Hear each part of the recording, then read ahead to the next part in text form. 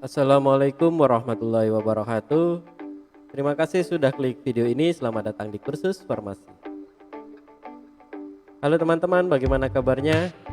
Saya harap kita semua dalam keadaan baik-baik saja ya, dan selalu eh, jaga terus kondisi tubuh ya teman-teman, dan juga makan minum yang bergizi serta tambahan multivitamin ya untuk menjaga daya tahan tubuh kita selama pandemi ini.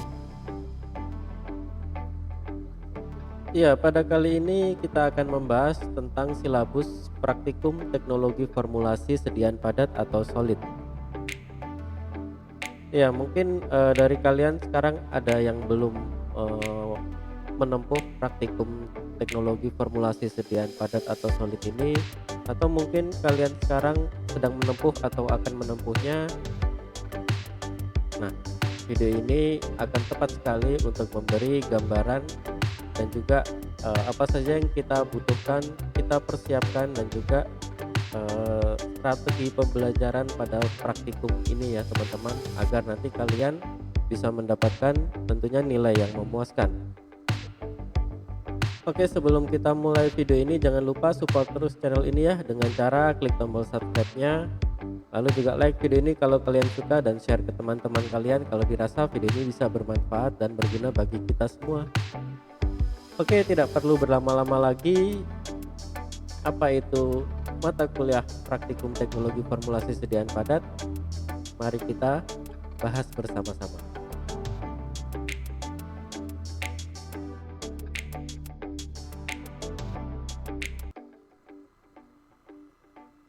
Ya, yang pertama kita harus tahu apa itu mata kuliah praktikum teknologi formulasi sediaan padat. Untuk deskripsi singkat mata kuliahnya, yaitu mata kuliah ini membahas tentang praktikum sediaan solid yang terdiri atas sediaan tablet, lalu ada tablet hisap, tablet kunyah, serbuk effervescent, tablet effervescent, dan kapsul cangkang keras, dan beserta evaluasinya. Ya teman-teman, dari sini kalian sudah mengetahui ya sedikit gambaran apa saja yang akan kalian dapatkan atau kalian pelajari pada mata kuliah praktikum TFS padat ini.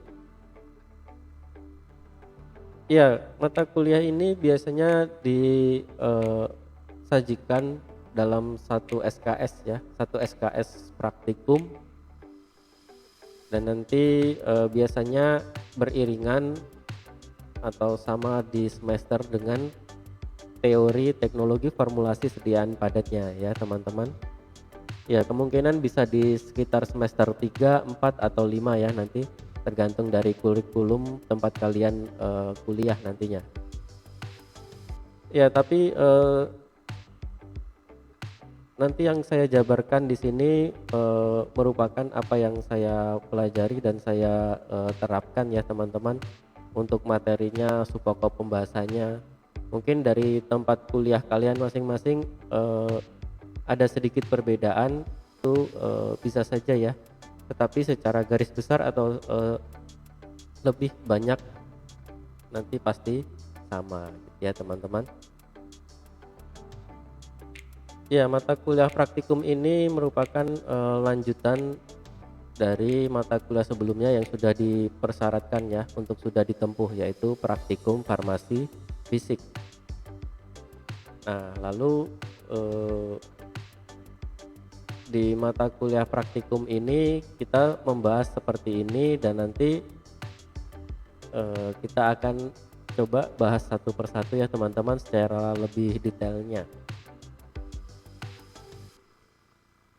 Nah, lalu capaian pembelajaran pada mata kuliah ini yaitu mahasiswa mampu mempraktekkan teori formulasi dan kontrol kualitas sediaan solid yang terdiri atas tablet, tablet hisap, tablet kunyah, serbuk effervescent, tablet effervescent, dan juga kapsul cangkang keras.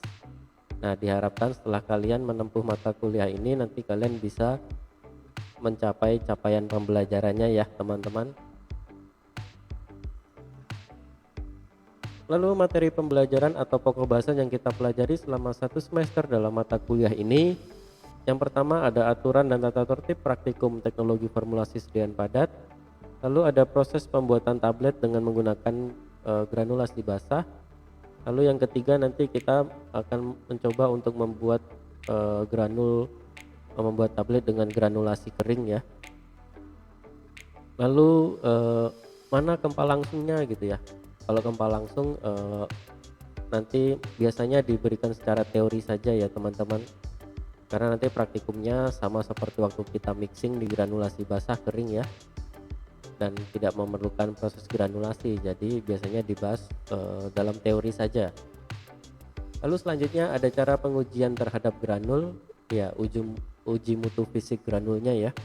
Lalu ada pembuatan tablet, lalu ada pengujian uji mutu fisik tabletnya, lalu ada proses pembuatan tablet hisap beserta ujinya, ada proses pembuatan tablet kunyah beserta ujinya, proses pembuatan serbuk effervescent beserta ujinya.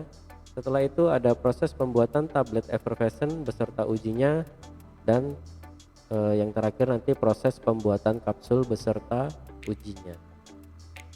Ya, ini adalah materi pembelajaran yang akan kalian pelajari dan kalian dapatkan pada mata kuliah praktikum TPS Padat ini ya teman-teman. Ya, untuk lebih jelasnya mari kita bahas satu persatu ya. Yang pertama yaitu aturan dan tata tertib praktikum teknologi formulasi sediaan padat. Untuk kemampuan akhir yang direncanakan pada subpokok pembelajaran ini yaitu mahasiswa mampu mengetahui aturan dan tata tertib praktikum teknologi formulasi sediaan padat. Untuk materi pembelajarannya seperti biasa ya di silabus pada umumnya. Pertemuan pertama yaitu nanti kontrak kuliah, yaitu merupakan kesepakatan antara mahasiswa dengan dosen yang mengampu, atau kalau praktikum juga dengan laborannya ya teman-teman. Nah, nanti bagaimana metode pembelajarannya, praktikumnya, waktu pembelajarannya gitu ya. Iya, biasanya itu kalau praktikum ada selain praktikum nanti di awal kita ada pretest ya biasanya. Iya, pretest pada praktikum di kuliah farmasi itu sudah menjadi kewajiban ya teman-teman. Nah, nanti biasanya di praktikum itu ada pretest, ada juga posttest, atau mungkin bisa dipilih salah satu ya. Jadi kalau tidak pretest ada posttest gitu ya. Tapi kalau sudah pakai pretest biasanya tidak pakai posttest gitu ya teman-teman.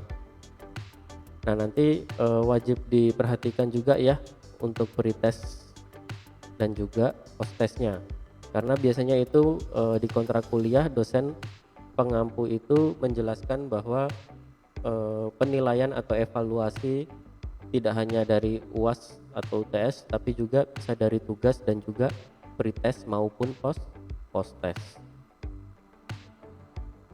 Ya, jadi harus diperhatikan dan dipelajari betul ya materi yang akan dipraktekkan sebelum kita masuk ke laboratorium. Ya, karena nanti lumayan juga ya. Kalau 10-20% nilainya diambil dari situ kan nanti bisa mempermudah kita untuk mendapatkan nilai yang baik atau maksimal tentunya. Ya, kalau pretest biasanya kita pelajari materi yang akan kita praktikumkan ya. Tetapi kalau posttest nanti kita diberi atau disuruh mengerjakan soal yang sudah kita lakukan atau kita praktekkan dalam hari tersebut. Begitu ya teman-teman. Ini nanti tergantung dari dosennya ya. Biasanya pretestnya itu memiliki nilai standar masing-masing ya. Ada juga yang kalau di bawah nilai standar mahasiswa tersebut harus membuat tugas tambahan, yaitu biasanya membuat makalah atau resume gitu ya. Atau bahkan juga ada yang tidak diperbolehkan untuk mengikuti praktikum pada hari itu dan wajib mengganti pada hari yang lainnya. Maka dari itu harus diperhatikan pretest maupun posttest ini ya teman-teman. Setelah itu yaitu nanti akan dijelaskan juga aturan dan tata tertib praktikum TFS padat. Ya, nanti di sini dosen atau laboran akan menyampaikan aturan dan tata tertib ya. Nah, nanti di situ ada contohnya kita harus menggunakan pakaian seperti apa, menggunakan alat pengaman apa. Pada praktikum ini nanti kita membawa apa gitu ya. Harus mempersiapkan apa gitu. Nah, nanti juga biasanya di sini akan dijelaskan format dari laporan sementara dan laporan akhir praktikum ya teman-teman. Nah, nanti harus diperhatikan juga itu, karena nilai laporan itu bisa juga untuk membantu kita mendapatkan nilai yang baik tentunya. Ya, selain itu nanti tata tertib seperti masuk untuk ke labnya itu berapa menit sebelum praktikum gitu ya. Nah, setelah itu nanti bagaimana kita membersihkan alat, ruangan, lalu juga mungkin yang harus diperhatikan yaitu keselamatan dari kita ya teman-teman, keselamatan dari mahasiswa dan juga dosen yang sedang praktikum. Nah, nanti harus diperhatikan tata tertibnya ya teman-teman, supaya tidak terjadi kecelakaan di laboratorium. Ya, lalu pada selanjutnya kita akan masuk kepada pembahasan proses pembuatan tablet dengan menggunakan metode granulasi basah. Kemampuan akhir yang direncanakan yaitu mahasiswa dapat mengetahui bagaimana proses pembuatan tablet dengan menggunakan metode granulasi basah. Untuk materi pembelajaran atau praktikumnya yaitu proses granulasi basah dan juga pengeringan. Ya, pada pertemuan ini nanti kalian akan belajar membuat granul ya, tentunya dengan metode granulasi basah. Ya, nanti setelah kalian membuat granul mungkin dengan mortir dan stamper, terus diayak lalu dikeringkan. Nah, biasanya pengeringan ini nanti kita menggunakan oven, lalu kita tunggu sampai granulnya kering. Lalu selanjutnya yaitu pada pokok pembahasan proses pembuatan tablet dengan menggunakan metode granulasi kering. Kemampuan akhir yang direncanakan pada sub pokok pembelajaran ini yaitu mahasiswa dapat mengetahui bagaimana proses pembuatan tablet dengan menggunakan metode granulasi kering. Ya, kalau ini hampir sama seperti pertemuan yang sebelumnya tadi, cuma beda ya. Kalau yang tadi granulasi basah, ini granulasi kering. Ya, nanti perbedaannya itu ada di proses granulasi keringnya ya tentunya. Bagaimana nanti di situ kita akan mencampur kering, lalu kita akan mencetak pelet ya. Setelah itu kita hancurkan atau melakukan proses slugging. Nah, nanti setelah dijadikan peletnya dihancurkan lagi menjadi granul yang siap untuk di mixing dan nanti tentunya dicetak ya teman-teman.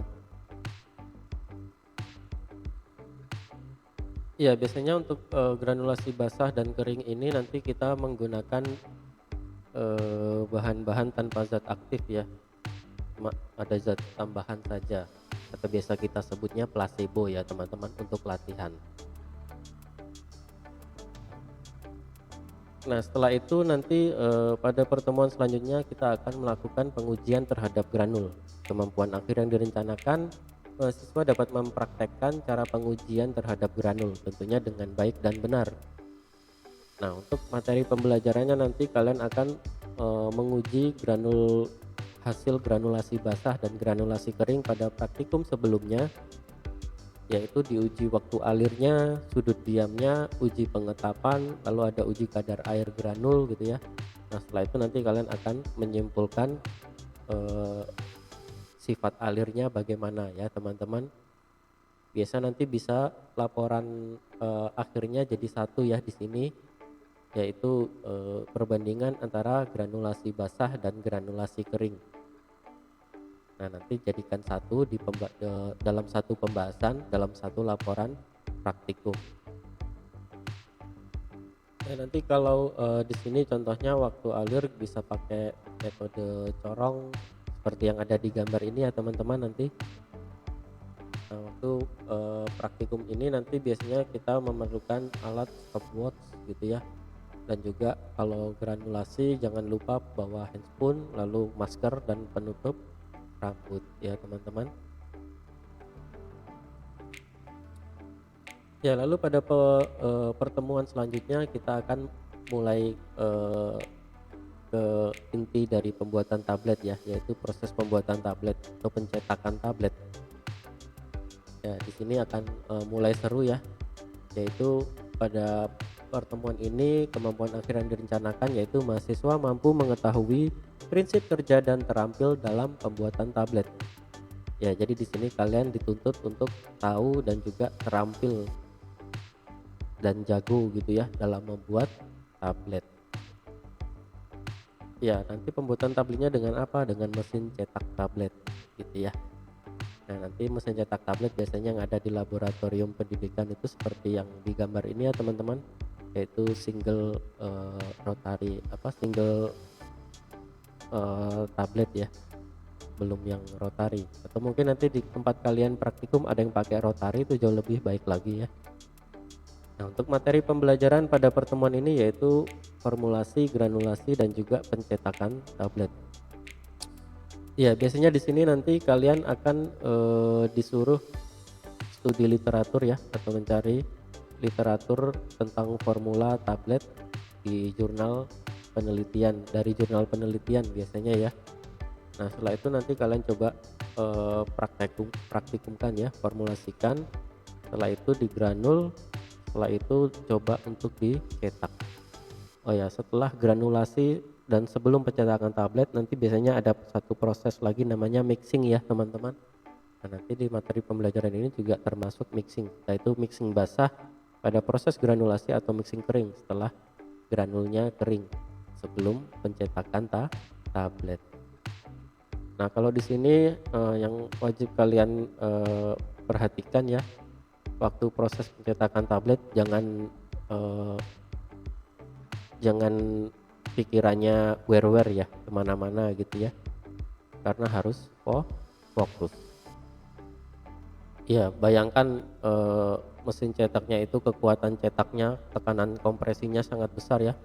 Kalau sampai ada anggota tubuh kita yang tercetak gitu kan, agak ngeri ya teman-teman. Jadi harus hati-hati. Selain itu juga kalau biasanya pakai mesin ya, tapi ada juga yang pakai mesin alami dari tubuh kita, yaitu dari tenaga otot kita ya teman-teman. Jadi mencetaknya kita putar sendiri ya. Nah, nanti yang wajib diperhatikan yaitu setiap kelompok harus memiliki anggota kelompok yang memiliki kekuatan yang cukup ya. Nah, jadi nanti biasanya mahasiswa cowoknya ini dibagi ya, makanya nanti jangan dikumpulkan jadi satu dalam satu kelompok cowoknya ya, nanti yang ceweknya kasihan ya kalau mau mencetak ya, kalau mencetak 1, 20, 30, 50 tablet gitu ya. Tapi kalau 100, 200, 500 tablet itu akan kepayahan tentunya ya.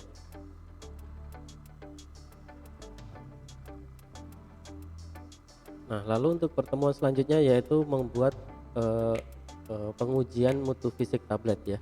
Nah, pada subpokok pembahasan tentang pengujian mutu fisik tablet ini, kemampuan akhir yang direncanakan yaitu mahasiswa mengetahui dan terampil dalam melakukan pengujian mutu fisik tablet. Nah, nanti biasanya laporan sementara kemarin, pertemuan kemarin akan dilanjutkan di sini ya. Jadi tablet yang sudah kalian cetak, kalian uji organoleptisnya ya, dari bentuk, warna, bau. Lalu kita uji kontrol keseragaman bobot dan kandungan tablet. Lalu ada penetapan kadar zat aktif pada tablet. Lalu ada kekerasan, uji kerapuhan, waktu hancur, dan juga disolusi.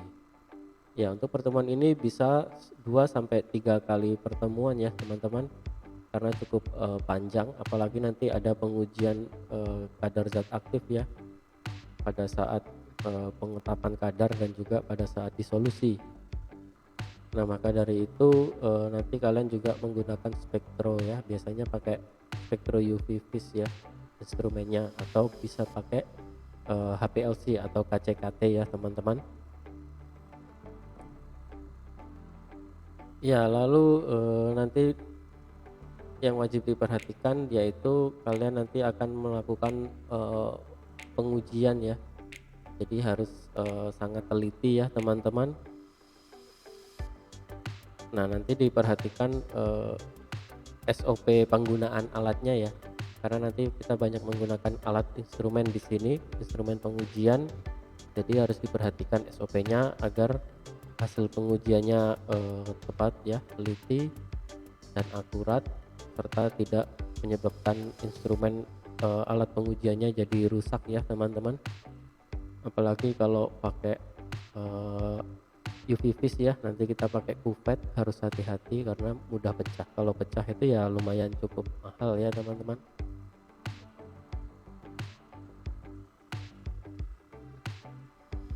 Iya, lalu setelah itu nanti kalian akan melakukan pembuatan tablet hisap beserta ujinya. Nah, kalau ini nanti sama halnya ya seperti proses pada pembuatan tablet dan uji mutu fisik tablet ya teman-teman. Nah, ini nanti dijadikan satu, di mana nanti diharapkan mahasiswa mampu mengetahui prinsip kerja dan terampil dalam pembuatan tablet hisap beserta ujinya. Ya, sama seperti yang di pertemuan kemarin ya atau sebelumnya, bahwa kita nanti studi literatur, mencari jurnal acuan, lalu kita coba praktekkan gitu ya, kita buat di laboratorium.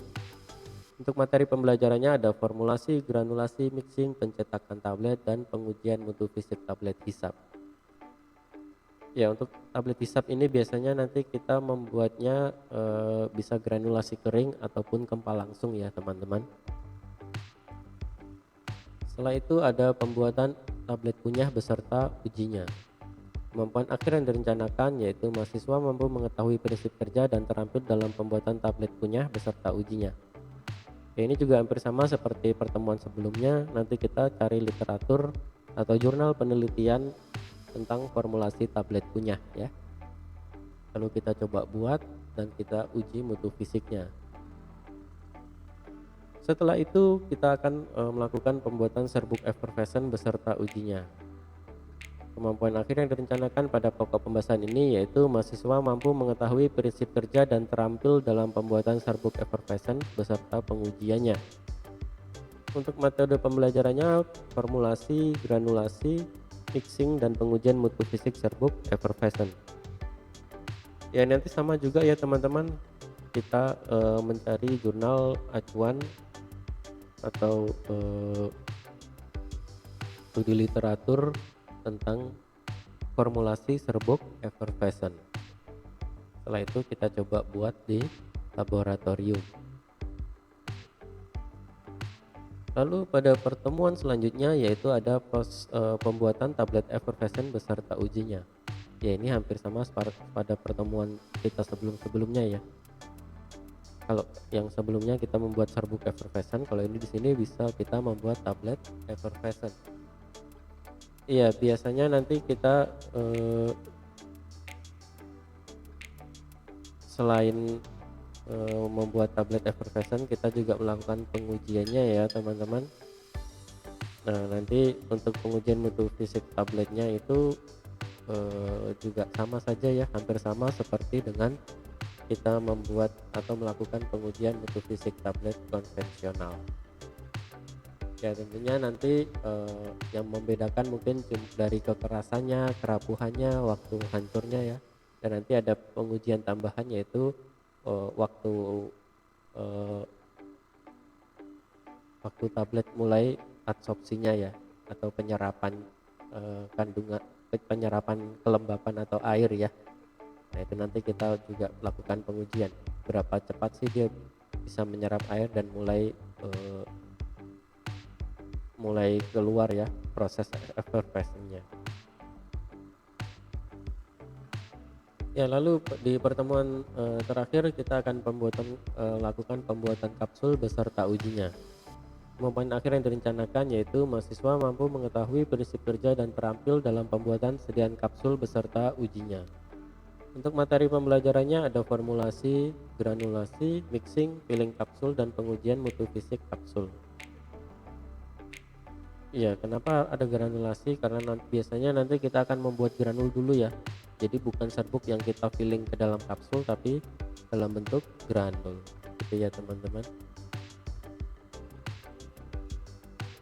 Ya, kalau pada proses ini tentunya nanti kalian harus menyiapkan cangkang kapsul keras ya.